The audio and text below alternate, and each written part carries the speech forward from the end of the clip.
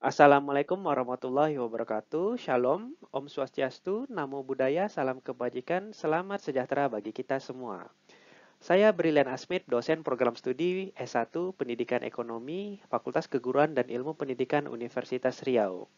Pada video ini saya akan menjelaskan mata kuliah pilihan yang ditawarkan oleh program studi Pendidikan Ekonomi, yaitu KPO 14148 Ekonomi Kreatif.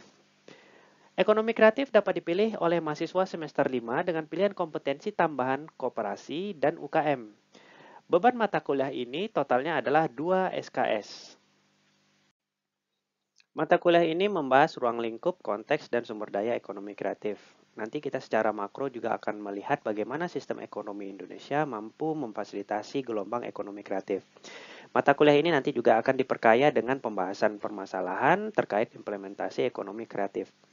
Dengan begitu, mata kuliah ini diharapkan berkontribusi untuk CPL program studi, di mana nanti kita akan coba memenuhi KU1 dan KU10 pada mata kuliah ini, di mana KU1 mampu menerapkan pemikiran logis, kritis, sistematis, dan inovatif dalam konteks pengembangan implementasi IPTEX, yang memperhatikan menerapkan nilai humaniora yang sesuai dengan bidang keahlian lulusan. Di KU10, diharapkan mahasiswa dan lulusan mampu menyelesaikan masalah lingkungannya secara responsif dan inovatif. Khususnya bagaimana menerapkan IPTEX dalam bidang bencana, lahan basah, dan kewirausahaan.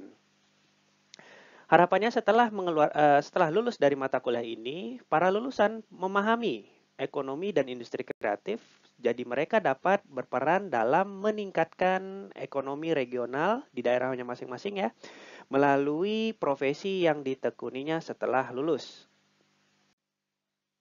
Ada 3 learning outcomes mata kuliah ini. Pertama, mahasiswa memahami apa itu konsep dari ekonomi kreatif. Kedua, bagaimana mahasiswa memahami tentang industri kreatif sebagai sarana menciptakan value dari kreativitas. Terakhir, mahasiswa dapat merekomendasikan gagasan-gagasan untuk pertemuan ekonomi kreatif di daerah. Selain learning outcomes tersebut, mahasiswa dipaparkan isu global sehingga mahasiswa berwawasan global yang dapat diterapkannya untuk mengatasi permasalahan lokal. Nah, mata kuliah ini juga mempromosikan 3 dari 17 SDGs, yaitu tujuan ke-8 terkait tentang pertumbuhan ekonomi, tujuan ke-9 terkait tentang industri, inovasi, dan prasarana, dan yang ke-12 itu perilaku bagaimana mengkonsumsi dan juga melakukan kegiatan produksi secara bertanggung jawab. Nah, untuk mencapai learning outcomes tersebut, kita membreakdown mata kuliah ini menjadi 11 topik learning materials, di mana di awal kita akan memperkenalkan bagaimana sistem perekonomian Indonesia, yaitu sistem ekonomi kerakyatan, dapat memfasilitasi gelombang ekonomi kreatif. Kemudian pada pertemuan berikutnya kita akan membahas tentang bagaimana kreatif ekonomi ini dikenal, apa definisinya, siapa aktor di belakangnya. Kemudian kita juga akan memperkenalkan apa nyawa dari ekonomi kreatif, yaitu adalah industri kreatif. Kemudian kita akan mencoba mengkaitkan konsep antara kreativitas dan ekonomi. Kemudian di topik yang kelima, kita akan melihat bagaimana kondisi dan karakteristik dari kreativitas. Kemudian kita juga akan kenalkan apa yang membedakan ekonomi kreatif dengan ekonomi konvensional. Itu dilihat dari bagaimana capital dari ekonomi kreatif tersebut. Kemudian kita akan lihat resources-nya yang mungkin akan berbeda dengan ekonomi konvensional. Sehingga mahasiswa bisa membedakan antara ekonomi konvensional dan ekonomi kreatif. Kemudian di level mikronya kita akan coba perkenalkan bagaimana sih cara mengelola kreativitas sebagai input dari ekonomi kreatif. Kemudian bagaimana strategi meng-create value. Kemudian kita akan melihat bagaimana output dari industri kreatif, yaitu adalah intellectual property. Terakhir, kita akan kasih project based learning, di mana mahasiswa nanti akan melihat secara perspektif makro bagaimana menumbuhkan ekonomi kreatif.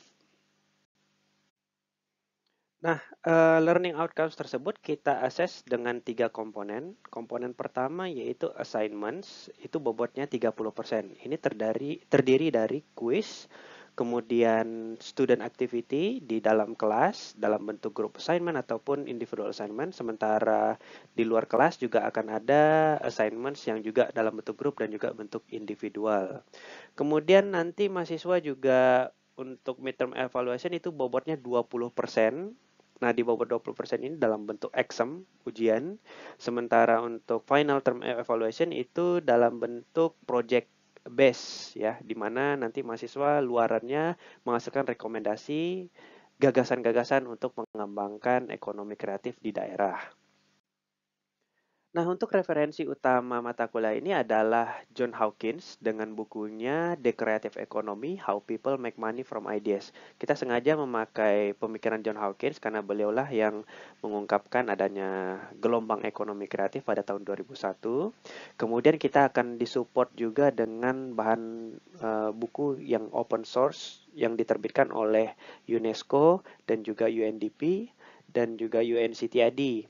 Yang judul reportnya itu adalah Creative Economy Report tahun 2008 dan kita juga pakai yang tahun 2013. Kemudian untuk buku lokal kita tentunya mengacu kepada Mubiarto karena kita juga menyinggung tentang sistem ekonomi kerakyatan. Kemudian untuk ekonomi kreatif sendiri kita pakai tulisan dari Suryana. Selain buku-buku tersebut, kita juga support mahasiswa kita dengan website perkuliahan khusus untuk ekonomi kreatif yang bisa diakses di website dosen. Nah, untuk strategi perkuliahan sendiri, kita secara garis besar pakai flip classroom. Kemudian kita kombinasikan dengan project based learning untuk final evaluation. Nah, untuk flip classroom tersebut, kita bagi menjadi kegiatannya before class and during class. Nah, di before class, kita itu support mahasiswa dengan instruksi apa yang harus mereka lakukan seminggu sebelum kelas dimulai. Ya. Nah, kita menggunakan LMS yaitu Google Classroom, di mana kita memaparkan instruksi-instruksi apa saja yang harus dikerjakan oleh mahasiswa. Kemudian kita juga support mahasiswa dengan bahan perkuliahan. Bahan perkuliahan ini bisa diakses melalui website perkuliahan, di mana nanti website perkuliahan mengarahkan mereka ke video tertentu terkait dengan topik minggu tersebut. Kemudian selain video pembelajaran yang dibuat oleh dosen sendiri, juga disupport dengan materi-materi PDF. Nah, mahasiswa dipastikan memahami materi sebelum masuk kelas, oleh karena itu ada diterapkan requirement test yang harus mereka selesaikan. Nah, kami menetapkan ada standar nilai. Sehingga kalau requirement test ini dikerjakan, misalnya standar nilainya adalah 100 sebagai bukti bahwa mahasiswa paham sebelum masuk kelas. Nah, misalnya mahasiswa hanya dapat nilai 80, mereka harus mengerjakan ulang requirement test tersebut sampai mahasiswa yang bersangkutan dapat nilai 100. Nah, dengan begitu kita memastikan sebelum masuk kelas, mahasiswa paham tentang setidaknya konsep utama ataupun teori terkait topik yang akan dibahas di kelas. Selanjutnya di kegiatan kelas, dosen bertindak sebagai fasilitator diskusi, di mana pada saat teori yang sudah dipelajari oleh mahasiswa di rumah, itu kita diskusikan case-case nyatanya apakah ada di lingkungan mereka. Case-case bisa berasal dari pengalaman mahasiswa yang mereka alami, atau juga berasal dari hasil penelitian dosen dan juga bisa juga dari hasil pengabdian. Nah, tentunya nanti diskusi juga akan membahas tentang requirement test yang mereka kerjakan di rumah. Di situ kita akan melihat apabila ada kesusahan dalam menjawab requirement test, kita akan diskusikan bersama-sama di kelas. Nah, itu untuk sesi pertama. Kemudian untuk sesi kedua, mahasiswa akan membentuk small group discussion, ya, di mana nanti di kelompok-kelompok kecil tersebut akan membahas case sesuai dengan instruksi perkuliahan. Nanti akan dipandu case-case tersebut. Ya, case-case tersebut bisa muncul dari video YouTube ataupun artikel-artikel yang open source ya, di mana mahasiswa dapat mengaksesnya. Kemudian untuk membahas case tersebut dipandu dengan beberapa pertanyaan. Pertanyaan tersebut didiskusikan oleh mahasiswa di small group discussion. Kemudian hasil dari small group discussion disampaikan di kelas. Nah, mereka akan bertukar pikiran, ya, bertukar pendapat bagaimana apa yang sebenarnya terjadi, yang konteksnya relate dengan topik perkuliahan pada minggu tersebut. Nah, untuk evaluasi akhir semester, di mana mahasiswa ini diberikan final assignment terkait tentang membuat satu project di mana proyek tersebut bagaimana mahasiswa itu mengobservasi lingkungan sekitar mereka, lalu melihat faktor-faktor ekonomi kreatif apa saja yang memperkuat atau bahkan tidak mensupport ekonomi kreatif di daerahnya. Dan diharapkan dari sini dari tugas akhir ini adalah rekomendasi gagasan-gagasan dari mahasiswa tersebut untuk memajukan ekonomi kreatif. Dan hasil dari final assignment ini dipresentasikan di kelas dan direspon dan mendapatkan feedback dari dosen dan juga kolega mahasiswa tersebut. Selamat pagi, Assalamualaikum warahmatullahi wabarakatuh. Oke, pada kesempatan ini kita juga akan melanjutkan ya materi kita terkait tentang ya perkuliahan kita kreatif ekonomi. Nah, sekarang spesifik topik yang kita bahas apa? Oke, kreatif industri ya. Apalah artinya ekonomi tanpa adanya proses penambahan value added. Nah, itu adanya di industri. Nggak pernah kan kalian ngelihat pemain sepak bola pakai high heels ya? Ya, pastinya sepatu bola ya. Nah, tahun 2010 ada inovasi dari aparel olahraga, perang antara Nike dan Adidas. Nah, di Nike pada tahun 2010, jenis inovasi yang dikerjakan oleh si Nike tersebut dan juga digarap oleh Adidas pada tahun 2010, mereka mengintegrasikan sepatu sepak bola langsung dengan kaos kaki. Ya, yang sekarang sering dipakai. Yang aktif Anda aktif main sepak bola? Sepatunya merek apa Anda pakai? Nike. Nike itu kan ada yang Nike Mercury ya. Kalau disorong langsung udah kayak lengket langsung dengan ankle ya. Nah itu keluarnya di tahun 2010. Jadi mengintegrasikan bahwa senyaman menggunakan kaos kaki. Nah ini akan kita bahas di sini ya. Ada kaitannya, ada ide dari inovatornya Nike dan ide dari si inovatornya Adidas untuk mengeluarkan semacam kreatif produk yang nanti dipromosikan di perhelatan event besar sekelas Piala Dunia, World Cup kan. Semua orang akan menuju ke sana matanya. Ya, case yang sama dulu pernah kejadian di Pekanbaru. Pernah mengkonsumsi talam durian. Nah, talam durian terkenal siapa yang bikin? Atau siapa yang mendistribusiin?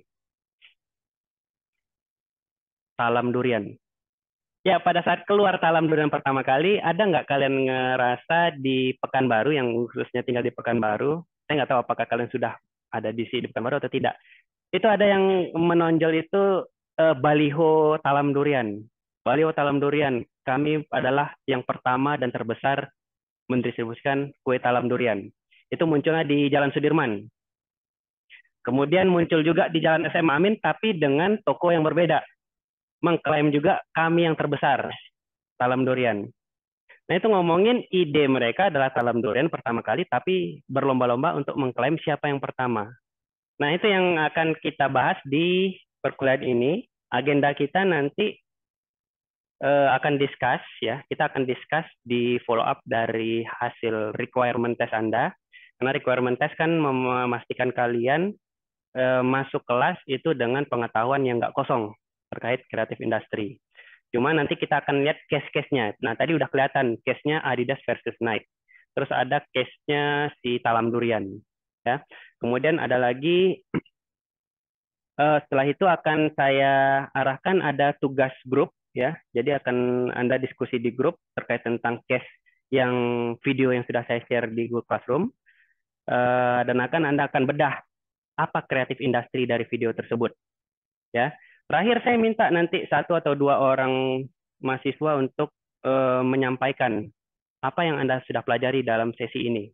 Ya, ini untuk memastikan saya mengakses perkuliahan ini sudah tercapai objektifnya, itu Anda paham dengan konsep industri kreatif, kemudian Anda mampu menjelaskan apa itu produk kreatif. Nah, apa itu industri? Apa yang Anda pahami tentang industri?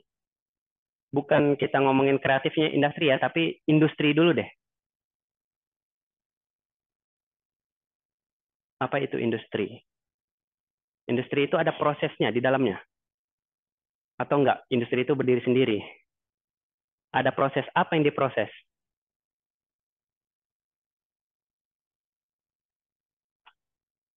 Oke, sorry namanya Hasanah menyampaikan ada bahan mentahnya, ya kan ya? Berarti anggaplah di situ input ya. Menghasilkan apa? Menghasilkan output ya. Ada barang jadi atau barang setengah jadi. Jadi kalau misalnya Anda masukin beras ke magic jar, harapannya jadi apa? Nasi ya. Tapi kalau masih jadi beras, berarti gagal ya. Lupa dicolokin magic jar-nya. Ya. Ada proses antara inputnya si beras, air, terus outputnya adalah si nasi. Nasi yang bisa kita konsumsi. Nah, itu ngomongin kalau barang fisik kita rasakan, ya, kita konsumsi. Nah, kalau ngomongin kreatif industri apa gitu? Anggaplah tadi beras tadi adalah konvensional industri. Kalau kreatif, apa yang dimaksud Hasanah dengan inputnya dan apa outputnya?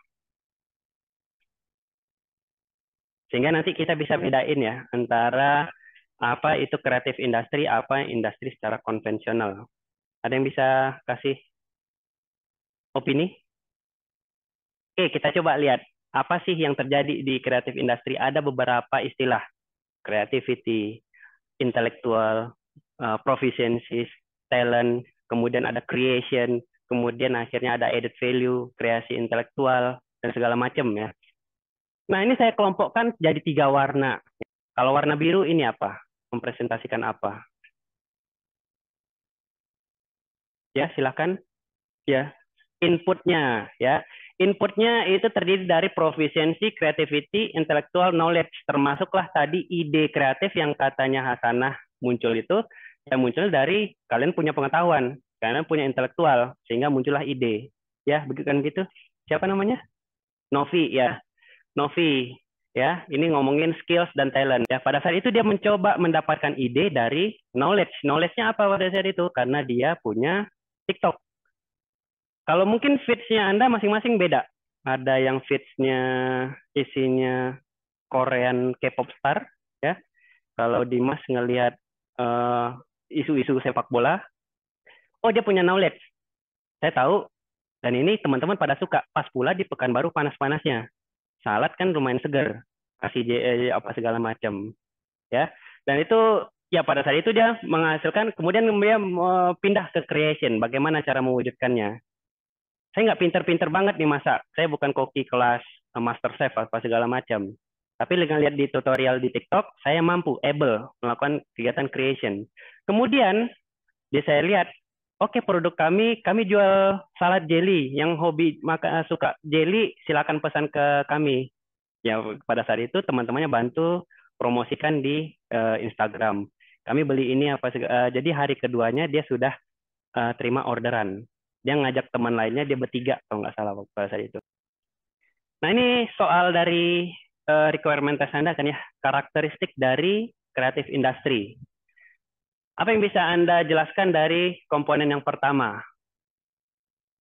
Fluctuations in added value growth occur in all creative industry sectors.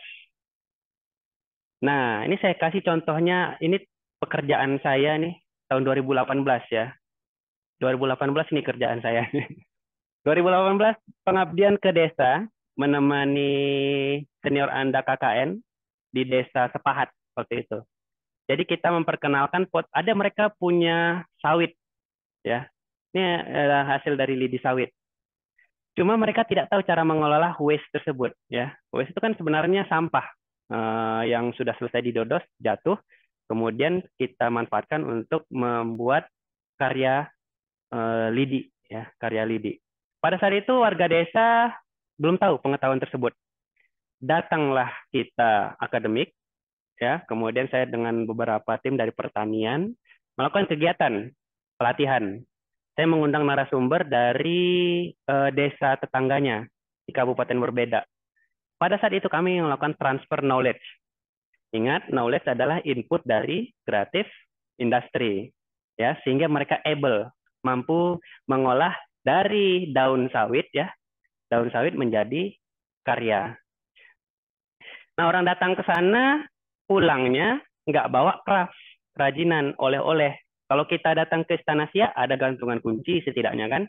Terus apalagi kalau kita datang ke Muara Takus, ada gantungan kunci ataupun karya-karya khas yang dijajakan. Kalau di sana belum ada. Ini menjadi salah satu karya. Karena ini nanti setelah jadi piring bisa jadi pot ya apa segala macam. Sama seperti kalau dikembangkan lagi mirip industrinya nanti industri rotan yang di Rumbai. Nah, itu semua muncul dari kreativitas ya. Kreativitas knowledge-nya mereka sudah paham, kemudian kita mengkomersilkannya. Termasuklah LPPM Unri juga mempromosikannya sampai dibeli sama Malaysia. Pada saat itu, sektor yang terkait adalah bukan hanya craft saja, pariwisata, tourism destination. Kalau mau beli kerajaan lidi sawit, kalau Anda dari Bengkalis, mau menuju Dumai, mau dari Dumai mau terbang lagi ke Malaysia atau gimana, itu kan melewati desa tersebut. Jadi belanjanya di sana. Jadi sekali belanja di sana, masuk dulu ke pantai, nikmati pantai, bayar kontribusi kan, macam tiket masuk. Kemudian kalau misalnya mau nginap, ada lagi di situ homestay. Homestay-nya bukan hotel yang Anda bayangkan seperti Arya Duta ya atau Mona Plaza. Namanya homestay itu ya pasti mengenalkan ini rumahnya rumah panggung khas khas Riau. Jadi memberikan pengalaman yang berbeda. Jadi industrinya kalau satu tumbuh di daerah itu akan diikuti dengan sektor-sektor lainnya. Pada saat itu kita masuk craft tapi akan membuat impact terhadap sektor pariwisata, tourism, perhotelan dan segala macam. Termasuk kuliner di sana. Kaitannya dengan kuliah kita sebelumnya, ada scarcity. Di mana kebutuhan saat ini itu tidak terpenuhi oleh sumber daya yang ada. Sehingga mendorong orang untuk membuat cara-cara kreatif. Contohnya, ini. Apa yang dianggap di sini? Demand driven-nya. Yang punya akun Instagram, semuanya punya akun Instagram ya. Apa value-nya di situ? Orang bisa posting di Instagram-nya. Terus siapa yang menikmatinya? Ternyata berbagai kalangan punya Instagram.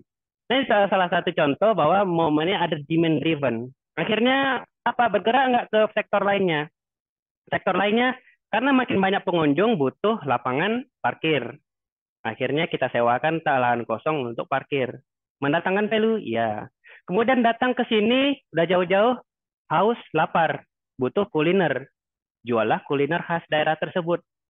And this success is based on consciously aiming at one market segment only, the mobile citizens of this world. We try to appeal to a very distinct lifestyle, we describe that, and that is the type of group we focus on to sell to, and not so much to the others. So we dare to say no, because positioning yourself as a brand is very important. Nah, silakan diskusikan dengan teman-teman. Apa pertanyaannya masing-masing? Pertanyaan yang pertama apa? Bagaimana bisnis yang dilihat di video tersebut bisa dikategorikan kepada kreatif industri? Kemudian pertanyaan kedua adalah, tentunya kalau ngomongin industri ada input ya, dan apa outputnya. Yang terakhir, Anda masukkan ke klasifikasi mana industri tersebut? Panggilannya Arianti. Lukmana. Nah, apa yang disampaikan Lukmana tadi kan bentuk hasil akhirnya. Tapi kalau kita track back, itu kan kita akan membahas inputnya. Dia kan karena di sini ngomongin how can usaha tersebut Anda golongkan ke kreatif industri. Ciri khas kreatif industri adalah bagaimana memanfaatkan ide. Jadi Anda track back dulu. Ide itu muncul karena apa gitu. Realisasinya dalam bentuk komersial. Orang mau datang ke hotel tersebut, pesan hotel tanpa capek-capek ke resepsionis, terus nggak harus datang setiap pagi untuk ambil makanan gratis, tapi makanan tersedia 24 jam. Ide tersebut munculnya dari mana? Apa knowledge dan intelektualnya? Gitu. Nah ya, pebisnis. Pebisnis kan fokus dia tadi kan. Nah, jadi tahu karakter pebisnis, muncullah ide. Oh, saya sering bergaul dengan pebisnis. Pebisnis ini kebutuhannya. Ternyata muncullah ide Citizen M. Yosi Juliana. Ya, Yosi, versinya kalian apa tuh? Jawaban nomor 1.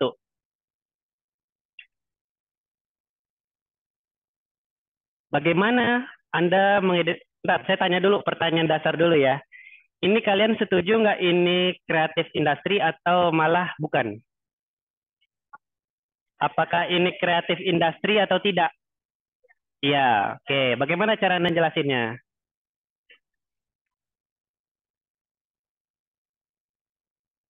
Untuk gaya hidup yang sangat berbeda. Specifically, itu adalah ngomongin tentang apa yang disampaikan oleh Fitri tadi, ada businessman, ada business people. Business people kebutuhannya berbeda dengan mayoritas orang yang membutuhkan penginapan. Mempelajari tingkah laku businessman tersebut, muncullah knowledge, muncullah ide. Yang kita diskusikan barusan di kelas, itu Anda ceritakan dengan bahasa Anda sendiri, silakan di input ke Google Classroom. Terakhir, ada yang bisa ceritakan apa pelajaran yang diambil hari ini?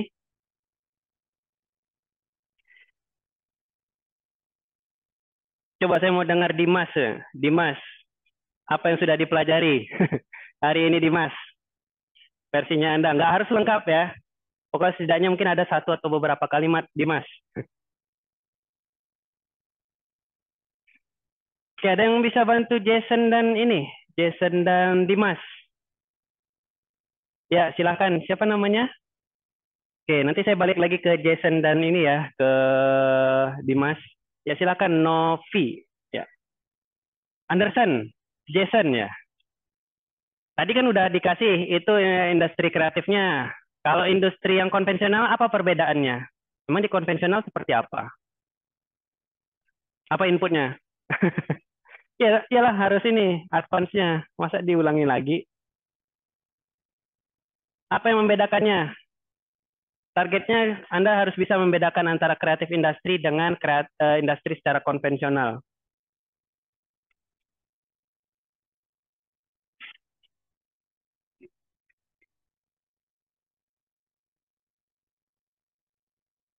Ya, berarti ide tadi perbedaannya terletak di ide. Kalau konvensional kita butuh manufacture input yang tangible. Kalau tadi kan intangible semua ya. Ide apa segala macam. Siapa yang kita tahu bahwa Novi sekarang lagi punya ide gitu. Dia hanya dia sendiri yang tahu gitu. Cuma pada saat dia realisasikan akan muncul pada saat outputnya kelihatan. Citizen M muncullah tadi outputnya adalah fitur-fitur yang berbeda. Sementara si salad jelly tadi muncullah salad jelly tersebut berbeda dengan salad buah pada umumnya. Ya, itu yang beda tangible dan intangible-nya ya. Jason, ya. Oke, ada lagi yang mau menambahkan? Oke, kalau misalnya saya ingin melihat hasilnya itu tadi dari hasil diskusi, Anda silakan tulis. Sebenarnya apa tugas Anda tadi itu udah merekap apa yang sebenarnya sudah dipelajari. Secara teori apa yang sudah kita pelajari, kemudian aplikasinya dalam contoh si Citizen M tersebut. Ya. Oke, kalau gitu saya tutup perkuliahan kali ini. Demikian pemaparan mengenai mata kuliah ekonomi kreatif pada program studi Pendidikan Ekonomi Universitas Riau. Terima kasih atas perhatiannya.